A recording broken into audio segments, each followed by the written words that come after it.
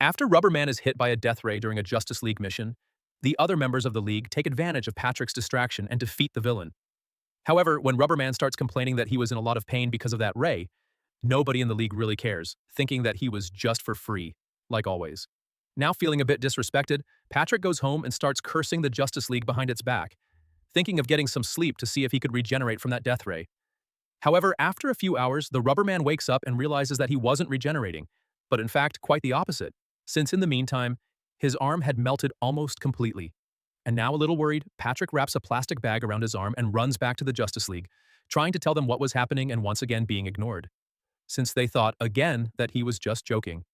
Man Baracha then leaves, disappointed, until he is stopped by Bobo, the detective chimp, who says that his situation seemed a bit serious, recommending that he look for some chemist and not a doctor, and that maybe that way he could solve his problem. Patrick ended up listening to Bobo's advice and looking for the chemist he had recommended, explaining to her what had happened.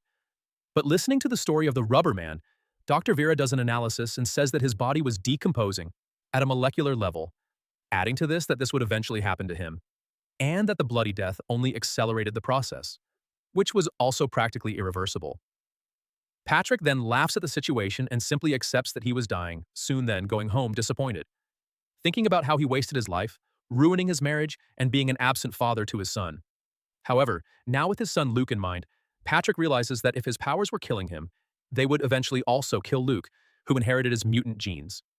Patrick, now with extra motivation, calls Luke over to talk and explains that he was dying, saying that the same could happen to him, that they needed to think about how to fix it. But listening to it all, Luke refuses to do anything and leaves, abandoning his father to sort himself out alone. Rubberman then returns to Dr. Vera and asks theoretically if not there really was any way to reverse that process of disintegration. And she replies that theoretically there was, but that would require an extremely powerful fusion reaction and an absurd amount of energy. What Patrick then replies was simple, and that they just needed to build a nuclear bomb.